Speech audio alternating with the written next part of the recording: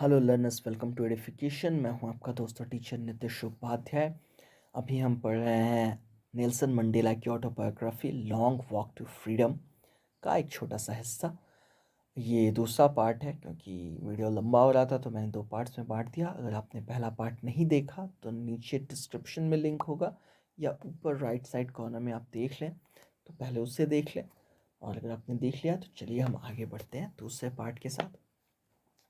कहते हैं, मंडेला लिखते हैं, the policy of apartheid created a deep and lasting wound in my country and my people। जो रंग भेद की नीति थी उसने काफ़ी गहरा और काफ़ी लंबे वक्त तक रहने वाला एक ऐसा घाव मेरे देश और मेरे देशवासियों को दिया है। All of us will spend many years, if not generations, recovering from that profound hurt। कहते हैं हम सबको कई साल लग जाएंगे, कई पीढ़ियां, हो सकता है ना लगे। पीढ़ियां यानी एक के बाद दूसरी जनरेशन। जैसे हमारे दादा एक जनरेशन थे, फिर हमारे पिताजी दूसरी जनरेशन, और मैं तीसरी जनरेशन हूँ, मेरे भतीजे और चौथी जनरेशन है। ये जनरेशन होती है पीढ़ी। तो जनरेशन्स भले ही ना लगें लेकिन कई साल जरूर लग जाएंगे उस दर्द से, उस गहरे दर्द से उबरने में। प्रोफाउंड, गहरा, हर्ट, दर्द। But the decades of oppression and brutality had another unintended effect, and that was that it produced the Oliver Tambos, the Walter Sislers, the Chief Littles, the Yusuf Dados, the Bram Fishers, the Robert Sobukways of our time, men of such extraordinary courage, wisdom, and generosity that their like may never be known again। कहते हैं आगे कि लेकिन उन जो दशकों का वो जो दमन था, वो अत्याचार था, वो जो क्रूरता थी, उसका एक और थोड़ा अनचाहा असर भी हुआ है। वो क्या है कि उस कठिन वक्त ने ही हमें दिए हैं ऑलिवर टैम्बो जैसे लोग, वॉल्टर सिसलस जैसे लोग, चीफ लुटली जैसे लोग, यूसुफ टाडू जैसे लोग, ब्रैम फिशर जैसे लोग, रॉबर्ट सोबुक्वे जैसे लोग। हमारे वक्त के ऐसे लोग जिनमें अदम्य साहस, बुद्धि और उदारता भरी थी, ऐसी जैसी शायद फिर कभी नहीं पाई जाए। कई नामों के आगे एस लगा दिया गया है। ये कहना चाहते हैं बेसिकली, प्रोनाउंस के आगे एस तब लगता है जब वो एग्जाम्पल देने के लिए यूज हो, मेटाफॉर के तौर पे। जैसे अगर हम कह रहे हैं कि I have many Kishore Kumar in my class. हालांकि एग्जेजरेशन होगा, किशोर जद्दा जैसा तो कोई गा नहीं सकता, लेकिन फिर भी अगर मैं कह रहा हूँ I have many Kishore Kumar in my class, तो इसका मतलब मैं ये कहना चाहता हूँ कि किशोर कुमार जैसा गाने वाले कई लड़के मेरी क्लास में मौजूद हैं। ठीक है, तो ये जिन लोगों का नाम इन्होंने लिया है ना, नाम के आगे एस लगा के, कहना चाहते हैं उनके जैसे लोग आए हैं इस कठिन वक्त से निकल के। आगे ये कहते हैं कि perhaps it requires such depths of operation to create such heights of character। शायद बहुत गहरा दमन, बहुत गहरा अत्याचार जरूरी होता है बहुत अच्छे चरित्र के निर्माण के लिए। यानी कि ये सच्ची बात भी है कि जो इंसान जितना ज़्यादा दुख झेलते हैं उनके चरित्र का असल में निर्माण उतना ही अच्छा होता है। कई बार ये चीज़ सही नहीं होती। लोग दुख झेल के आते हैं और जब सुख में आते हैं तो अपने दुख को भूल जाते हैं, दूसरों को दुख देने लगते हैं। My country is rich in the minerals and gems that lie beneath its soil, but I have always known that its greatest wealth is its people, finer and truer than the purest diamonds। कहते हैं मेरा देश काफ़ी समृद्ध है। यहाँ कई तरह के खनिज हैं, कई तरह के हीरे मोती जवाहरात हैं जो यहाँ ज़मीन के नीचे हैं। लेकिन एक चीज़ मुझे हमेशा से पता थी कि मेरे देश का असली धन, असली जायदाद, असली दौलत यहाँ के लोग हैं। वो लोग जो किसी भी हीरे से शुद्ध हीरे से भी ज़्यादा शुद्ध हैं। It is from these comrades in the struggle that I learned the meaning of courage। ये जो मेरे संघर्ष के साथी थे, इनसे ही मैंने साहस का असली मतलब जाना है। Time and again I have seen men and women risk and give their lives for an idea। कहते हैं बार बार मैंने देखा है मर्दों को और औरतों को ये खतरा मोल लेते हुए और अपने जीवन की का बलिदान देते हुए किसी विचार के लिए, किसी एक विचार के लिए अपने जीवन की बाजी भी लगा देते हैं वो लोग। ऐसे मर्दों और औरतों को मैंने देखा है। I have seen men stand up to attacks and torture without breaking, showing a strength and resilience that defies the imagination. मैंने देखा है मर्दों को, मनुष्यों को। स्टैंड अप का मतलब होता है ना किसी चीज़ का मुकाबला करना, स्टैंड अप टू समथिंग। उन्होंने मुकाबला किया है अलग अलग तरीके की प्रताड़नाओं का और अलग अलग तरीके के हमलों का बिना टूटे हुए। और ऐसा करके उन्होंने क्या दिखाया है, एक ऐसी ताकत और एक ऐसी रेजिलियंस, मतलब आ, अतुलनीय, अटल, ऐसे क्या कह सकते हैं उसको, अटूटपन, मतलब कोई झुके नहीं, कोई हिले नहीं, तो वो रेजिलियंट है और रेजिलियंस दिखा रहा है। तो ऐसा एक बल दिखाते हुए दैट डिफाइज द इमेजिनेशन, जो कल्पना से परे है, कल्पना को भी चुनौती देता है, यानी कि कल्पना से भी बढ़ के है, ऐसा बल है। I learn that courage was not the absence of fear but the Triumph over it. ये काफ़ी फेमस लाइन है, यहीं से निकल के आई है कि मैंने क्या सीखा। That courage was not the absence of fear but the Triumph over it. साहस डर का ना होना नहीं है, बल्कि डर के ऊपर विजय साहस है। इसका मतलब क्या हुआ, अगर किसी इंसान को अंधेरे से ज़रा भी डर नहीं लगता तो वो बहादुर है। लेकिन उससे बड़ा बहादुर कौन है, जिसे अंधेरे से बहुत ज़्यादा डर लगता है, फिर भी वो अपने डर के साथ अंधेरे का सामना करने को तैयार हो जाता है। The brave man is not he who does not feel afraid but he who conquers that fear. बहादुर वो नहीं होता जिसके अंदर ज़रा भी डर नहीं हो, बल्कि वो होता है जिसने डर पे जीत पा ली हो। जैसा कि मैंने अभी आपको डार्क का एग्जांपल दिया कि किसी इंसान को अगर अंधेरे से डर लगता है तो वो बहादुर है, ठीक है, लेकिन उससे ज़्यादा बहादुर वो है जिससे अंधेरे से डर लगते हुए भी वो अंधेरे का सामना करता है। आपको ऊंचाई से डर नहीं लगता तो आप 17th फ्लोर पे चढ़ गए किसी की जान बचाने के लिए, तो आप बहादुर हैं। लेकिन अगर 17th फ्लोर पे किसी की जान बचाने के लिए कोई ऐसा इंसान चढ़ता है जिसे वर्टिगो है, ऊंचाई से डर लगता है, चक्कर खाने लगता है, तो वो आपसे बहादुर है। No one is born hating another person because of the color of his skin or his background or his religion. क्या कहते हैं आगे कि कोई इंसान पैदा नहीं होता नफरत करता हुआ, यानी ऐसा नहीं कि पैदा होते ही नफरत करने लगे किसी से सिर्फ इस वजह से क्योंकि उसकी चमड़ी का रंग अलग है, या वो अलग बैकग्राउंड से आया है, या उसका धर्म अलग है। People must learn to hate, and if they can learn to hate, they can be taught to love, for love comes more naturally to the human heart than its opposite. कहते हैं कि कोई भी इंसान हाँ नफरत करता हुआ नहीं पैदा होता, लोग नफरत करना सीखते हैं, और अगर वो नफरत करना सीखते हैं तो उन्हें प्यार करना भी सिखाया जा सकता है, क्योंकि इंसान को नफरत से ज़्यादा प्यार आसानी से उसके दिल में घुसता है, मोर नेचुरली। हमें किसी से नफरत जल्दी होने से पहले लोगों से प्यार जल्दी होता है। Even in the grimmest times in prison, when my comrades and I were pushed to our limits, I would see a glimmer of humanity in one of the guards, perhaps just for a second, but it was enough to reassure me and keep me going.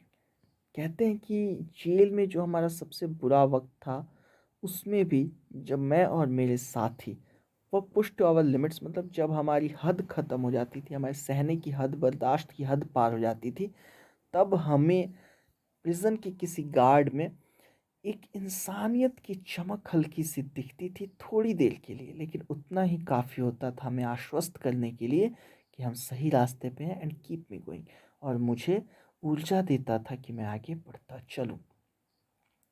Men's goodness is a flame that can be hidden but never extinguished. आगे कहते हैं Mandela कि इंसान की अच्छाई एक ऐसी ज्वाला है जो छुप सकती है लेकिन बुझ नहीं सकती। यानी कि किसी इंसान के अंदर वो कितना भी बुरा क्यों ना है, उसके अंदर कितना भी बुरा हो, वो उसके अंदर कहीं ना कहीं अच्छाई तभी हुई है, हमें ज़रूरत है उसे जगाने की। हालांकि ये जब की बात करें तब से ज़माना काफ़ी बदल गया है। In life, every man has twin obligations to his family, to his parents, to his wife and children, and he has an obligation to his people, his community, his country. उसके आगे ये कह रहे हैं वही चीज़ जो मैं अक्सर सोचता हूँ, हमेशा सोचता रहता हूँ। किसी मनुष्य के जीवन में दो जिम्मेदारियाँ होती हैं। पहली उसके परिवार के प्रति, आपके माँ बाप जिन्होंने आपको पैदा किया, अच्छी चीज़ें दी, आपको मोबाइल और इंटरनेट दिया ताकि आप इस वीडियो को देख सकें और लाइक और सब्सक्राइब और कमेंट कर सकें, तो उनके प्रति आपकी जिम्मेदारी है। अगर आगे आपकी शादी हो तो आपकी पत्नी, आपके बच्चे, पति अगर लड़कियों के, तो उनके प्रति मतलब आपके परिवार के प्रति आपकी जिम्मेदारी है। अब ज़्यादातर लोग इन्हीं जिम्मेदारियों को पूरा करते करते दुनिया से चले जाते हैं, लेकिन इसके अलावा एक दूसरी जिम्मेदारी भी है आपके लोगों के प्रति, आपके समुदाय के प्रति, आपके देश के प्रति। आपको अपने समाज के लिए कहीं ना कहीं कुछ करना चाहिए होता है, तभी आप अपनी दोनों जिम्मेदारियां निभा पाएंगे। In a civil and humane society, each man is able to fulfill those obligations according to his own inclinations and abilities. कहते हैं कि एक सभ्य मानवीय समाज में हर मनुष्य इन बाध्यताओं को, ऑब्लिगेशन मतलब इन जिम्मेदारियां भी होता है, बाध्यता भी होता है और जिम्मेदारी भी होता है, इन जिम्मेदारियों को अपनी रुचि और अपनी सोच के हिसाब से, अपनी क्षमता के हिसाब से पूरा कर सकता है। But in a country like South Africa, it was almost impossible for a man of my birth and color to fulfill both of those obligations. लेकिन दक्षिण अफ्रीका में, साउथ अफ्रीका में, मेरे तरह के, मेरे रंग के और मेरा जो जन्म जहाँ हुआ, जिस तरह का मेरा जन्म था, मैं जैसा हूँ वैसे लोगों का लगभग असंभव होता था इनमें से किसी भी जिम्मेदारी का पूरा कर पाना। In South Africa, a man of color who attempted to live as a human being was punished and isolated.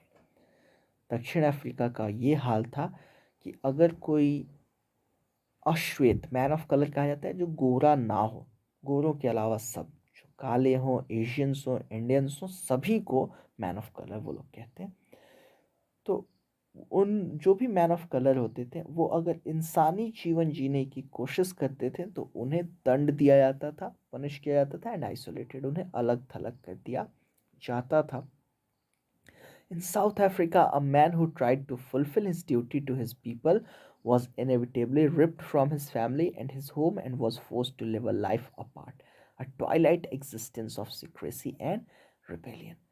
दक्षिण अफ्रीका में अगर कोई इंसान अपने कर्तव्य को पूरा करने की कोशिश करता था, जो कर्तव्य उसके लोगों के प्रति है, कैसे पूरा करने की कोशिश करता था, जब वो देखता था कि मेरे जैसा कोई काला इंसान जिस पर बिना वजह कोई गोरा अत्याचार कर रहा है, तो वो उसकी हिफाजत करने की कोशिश करता था, आवाज़ उठाता था। तो उसके साथ होता क्या था, इनेविटेबली यानी अटल रूप से यही काम किया जाता। इनेविटेबल कोई चीज़ जो हट नहीं सकती, जैसे डेथ इज़ इनेविटेबल हम लोग कहते हैं, तो नियति अटल है, फेट इज़ इनेविटेबल कहते हैं। तो इनेविटेबली मतलब ये होना ही था उसके साथ कि उसे उसके परिवार से दूर किया कर दिया जाए, उसके घर से दूर किया जाए, and was force to live a life apart, और उसे मजबूर कर दिया जाए एक ऐसी ज़िंदगी जीने पे जो बिल्कुल अलग थलग है। कैसी ज़िंदगी? A twilight existence of secrecy and rebellion. यहाँ ट्वाइलाइट का मतलब धुंधली के सेंस में, ट्वाइलाइट कहते हैं उस टाइम को जब हल्की हल्की रोशनी जा रही होती है और हल्का हल्का अंधेरा छा रहा होता है, गोधूली जिसको कहते हैं। तो एक ऐसी साँझ वाली ज़िंदगी जिसमें बस क्या था, रहस्य और विद्रोह। I did not in the beginning choose to place my people above my family, but in attempting to serve my people, I found that I was prevented from fulfilling my obligations as a son, a brother, a father, and a husband. कहते हैं कि शुरू में मैंने अपने लोगों को अपने परिवार के ऊपर रखना शुरू नहीं किया था, लेकिन जब मैंने अपने परिवार, अपने समुदाय के लोगों की सेवा करने की कोशिश की, तब मैंने क्या पाया कि असल में मैं अपना जो कर्तव्य है एक पिता के तौर पे, एक पुत्र के तौर पे, एक भाई के तौर पे, एक पति के तौर पे, मैं उनका निर्वहन कर ही नहीं पा रहा हूँ। क्योंकि जब ये अपने लोगों की मदद करते थे, तब इन्हें एहसास होता था कि इन लोगों के साथ क्या गलत हो रहा है। वो चीज़ें मेरे साथ भी होंगी, मेरे बच्चों और मेरी फैमिली के साथ भी होंगी। I was not born with a hunger to be free. I was born free, free in every way that I could know. कहते हैं कि मैं जब पैदा हुआ था तो मुझ में आज़ाद होने की भूख नहीं थी। क्यों? क्योंकि मैं आज़ाद पैदा हुआ था। हर तरह की आज़ादी मुझे हासिल थी, जो जितनी मुझे पता थी उतनी। हर उस तरीके से मैं आज़ाद था।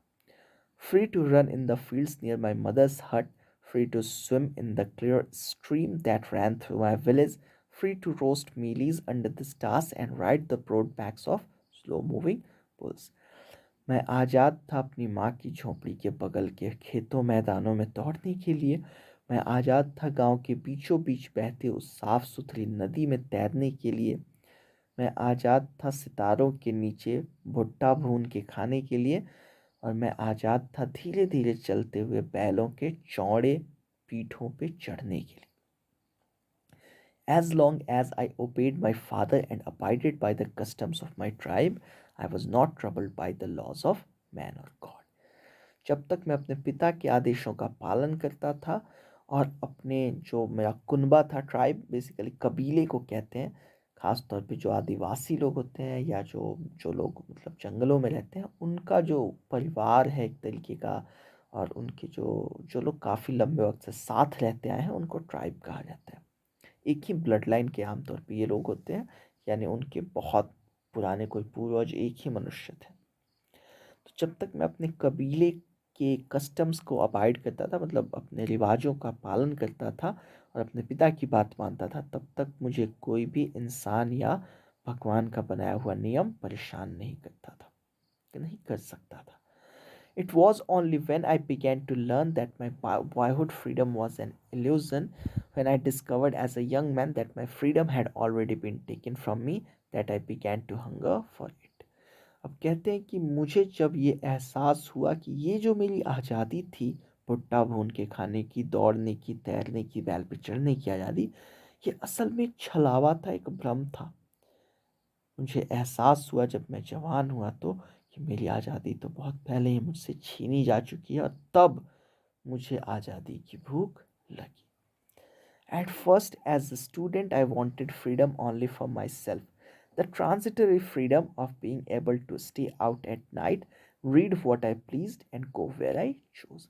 कहते हैं जब शुरू में मैं एक विद्यार्थी था तो मुझे आज़ादी सिर्फ अपने लिए चाहिए थी। वो आज़ादी जो ट्रांजिटरी थी, यानी परमानेंट नहीं थी, टेम्पररी थी। कैसी आज़ादी? रात को जब तक चाहूँ बाहर रुकने की आज़ादी, जो चाहूँ वो पढ़ने की आज़ादी, और जहाँ चाहूँ वहाँ जाने की आज़ादी। Later, as a young man in Johannesburg, I yearned for the basic and honorable freedoms of achieving my potential. उसके बाद जब मैं जोहान्सबर्ग में गया, जब मैं नौजवान था, तब मुझे भूख लगनी शुरू हुई। यर्न का मतलब ललायत होना, किसी चीज़ की लालसा रखना, बहुत ज़्यादा भूखा होना किसी चीज़ का।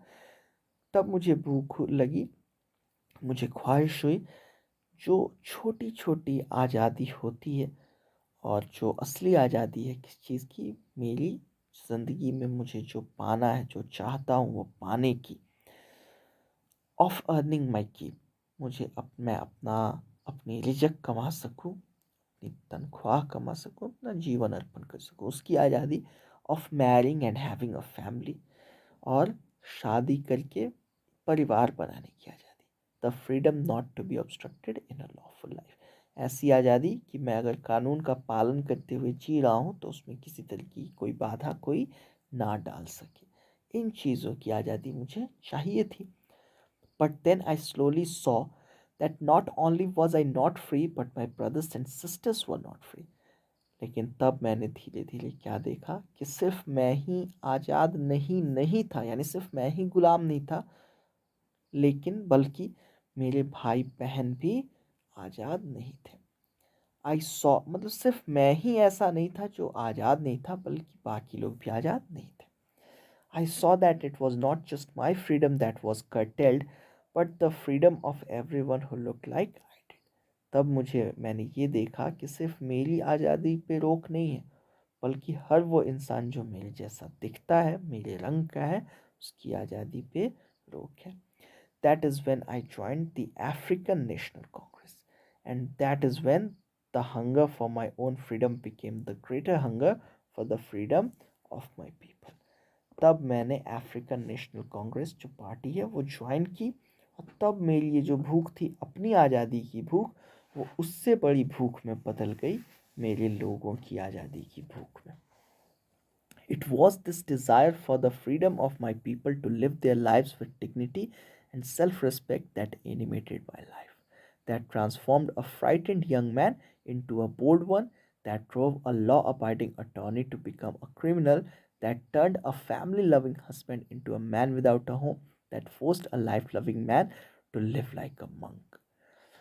कहते हैं आगे ये कि ये जो भूख थी, ये जो चाहत थी आज़ादी की, मेरे लोगों की आज़ादी की, वो लोग गरिमा से रह सकें, with dignity and self respect, वो लोग रह सकें गरिमा और सेल्फ रिस्पेक्ट यानी आत्मसम्मान के साथ. उस आज़ादी ने एनिमेटेड माई लाइफ, मेरे जीवन में जान डाल दी, गति डाल दी.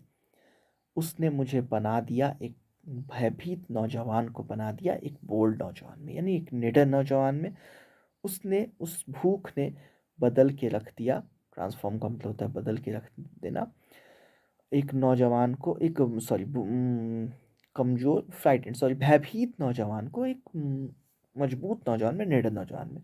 That drove a law abiding attorney to become a criminal. उस भूख ने मजबूर कर दिया कानून का पालन करने वाले एक वकील को क्रिमिनल बनने में.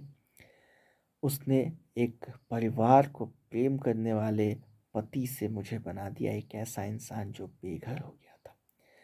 और उसने एक ज़िंदगी से प्यार करने वाले इंसान को मजबूर कर दिया उस भूख ने कैसे ज़िंदगी जीने पे, एक मंक की ज़िंदगी, एक सन्यासी की ज़िंदगी. यानी जितनी चीज़ें असल में मेरी ज़िंदगी में थी, मैं सब कुछ उससे उल्टा होता चला गया इस भूख की वजह से.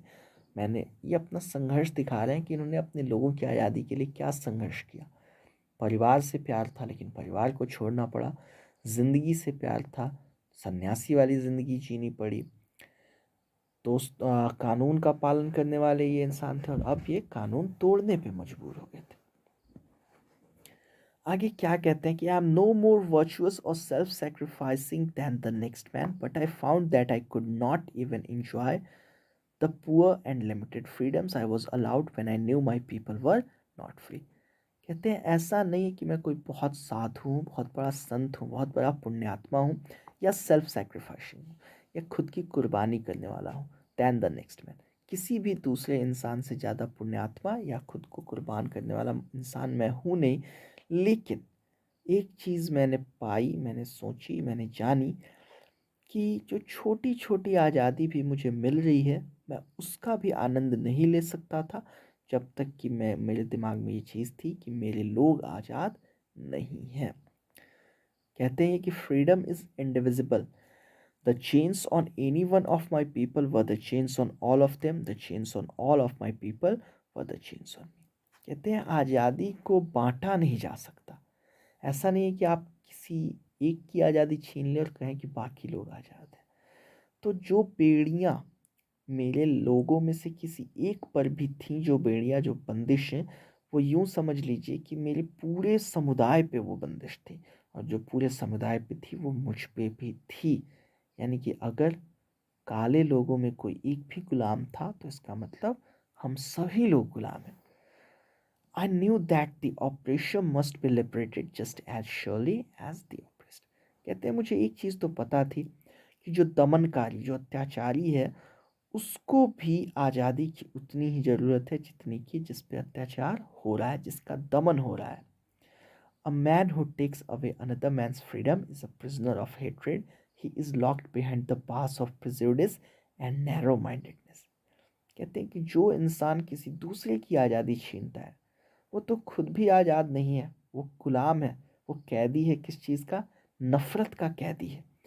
वो नफ़रत के पीछे कैद हुआ पड़ा है. वो प्रिजुडिस की सलाखों के पीछे कैद है. प्रिजुडिस पूर्वाग्रह होता है, हमने किसी के बारे में पहले ही सोच लिया कि इस तरह के लोग तो ऐसे होते हैं, बिना जाने किसी को.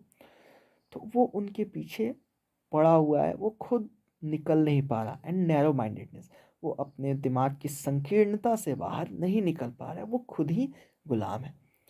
I am not truly free if I am taking away someone else's freedom. just as surely as I am not free when my freedom is taken from me। कहते हैं कि मैं अगर किसी की आज़ादी छीन रहा हूँ तो मैं बिल्कुल भी आज़ाद नहीं हूँ, ठीक वैसे ही जैसे कोई मेरी आज़ादी छीन रहा है तब मैं आज़ाद नहीं हूँ। यानी कि कोई मेरी आज़ादी छीने तो मैं गुलाम हूँ, लेकिन मैं भी किसी की आज़ादी छीन लूँ तो भी मैं आज़ाद नहीं हूँ। The oppressed and the oppressor alike are robbed of their humanity। अत्याचार करने वाला और अत्याचार को सहन करने वाला दोनों की मानवता एक तरह से ही छिन जाती है, यानी दोनों बराबर ही भागीदार होते हैं एक दुख के। तो ये रहा चैप्टर।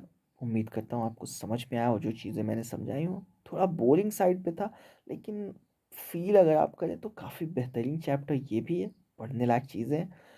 उम्मीद करता हूँ मैंने आपको ढंग से पढ़ाया हो। मिलते हैं अगले किसी वीडियो में, तब तक के लिए stay safe, take care and keep learning. उम्मीद करता हूँ आपको ये लेसन समझ में आया होगा। अगर ऐसा है तो प्लीज़ लाइक का बटन दबाइए वीडियो अच्छा लगा हो तो, और साथ में नीचे कमेंट करके हमें ज़रूर बताइए अगर वीडियो नहीं पसंद आया, या आप ये भी बता सकते हैं कि आप आने वाली वीडियोस में क्या चाहते हैं। शेयर ज़रूर कीजिए अपने दोस्तों के साथ अगर पसंद आया हो, और सब्सक्राइब ज़रूर कीजिए हमारे चैनल को।